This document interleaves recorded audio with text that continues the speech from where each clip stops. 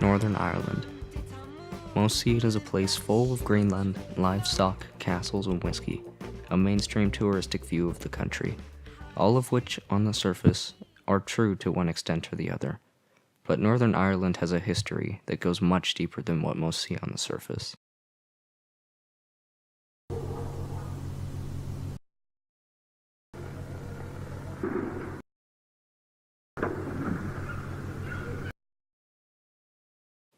There's a dark side to the country, a shadow that grips the lives of the people who live there, and a conflict that made Northern Ireland look more like a war zone than a place to call home. The troubles of Northern Ireland, the shadow that gripped a nation.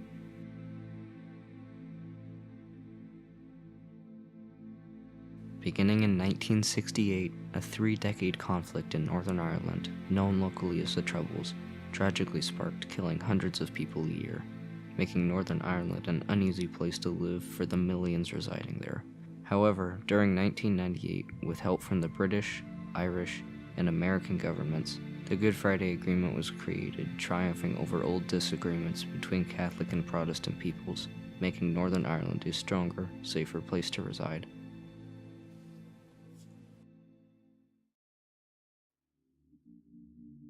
Scottish and English settlers, referred to as planters, were given land transferred from the native Irish people to the Crown. This land was known as the Plantation of Ulster and is now the majority of Northern Ireland. Immigration of the Scottish and English settlers created conflict between the native Irish Catholics and the Protestant planters, leading towards 2 violent religious conflicts in the following century. Both of these wars resulted in a Protestant planter victory, creating solid ground for modern conflicts to arise. October 5th, 1968 marked the start of the Troubles in Northern Ireland. The local authorities' housing policy was seen as discriminating against the nationalist Catholic population. The discriminated population organized a civil rights march to protest the unjust policy. On October 3rd, 1968, the Stormont government banned all parades. The following day, all of the organizations behind the civil rights protest met and decided to continue with their march. As campaigners began to show up, rows of Royal Ulster Constabulary police were awaiting them. The march escalated into a full riot when local police battered the protesters. The Civil Rights March on October 5, 1968, was the turning point that marked the start of the Troubles. The Unionist Party, who were majority Protestant, wanted to see Northern Ireland remain a part of the United Kingdom.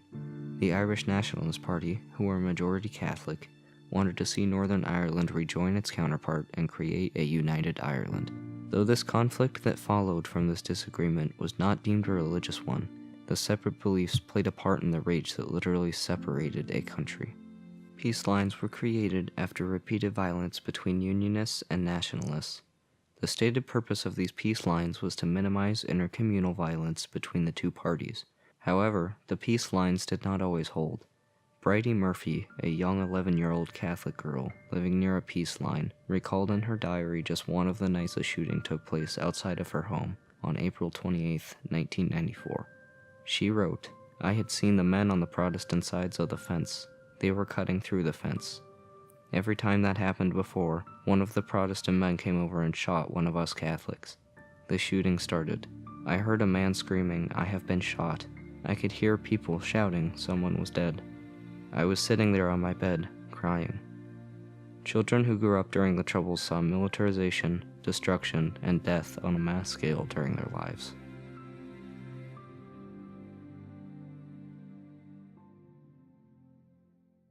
April 10th, 1998.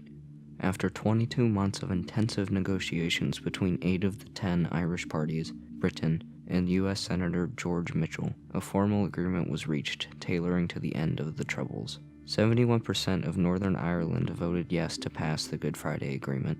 The agreement was designed to carry out 3 main tasks. Strand 1 created the Northern Ireland Assembly, whose main purpose was to reach major political decisions by means of cross-country voting. The second strand dealt with political issues between Northern and Southern Ireland. Strand 3 dealt with East-West issues between Ireland and Britain. The agreement also made changes to human rights along with the decommissioning of soldiers and the normalization of security on borders. The people of Ireland were given the right to political thought and religion under law. Paramilitary groups were decommissioned of their weapons and security arrangements were normalized throughout the country. These beginning changes started to make Northern Ireland a safer, more united place to live. Do you think you will see a united Ireland? God spares me if I live long enough, yes. In 2015, there were growing tensions around the integrity of the Good Friday Agreement. Gary Adams, leader of Sinn Féin at the time, was under allegations for the ordering of the killing of Jean McConnell in 1972. Did you ever pull the trigger? No. Set a bomb? No. Order a death? No. So you were at the top of republicanism nearly throughout the Troubles, and your hands are clean. Well, it depends. This evocative term, your hands are clean. No blood on your hands is what we mean. Well, we all have a responsibility. All of us. Answers like that, dodging into fog, infuriate his enemies and raise suspicions in others. Adams always said that he led the IRA's political party, Sinn Féin. A diplomat, he says, not a general. The mother of 10 was accused of being an informer to the British and was dragged from her apartment by multiple IRA soldiers. She was later executed.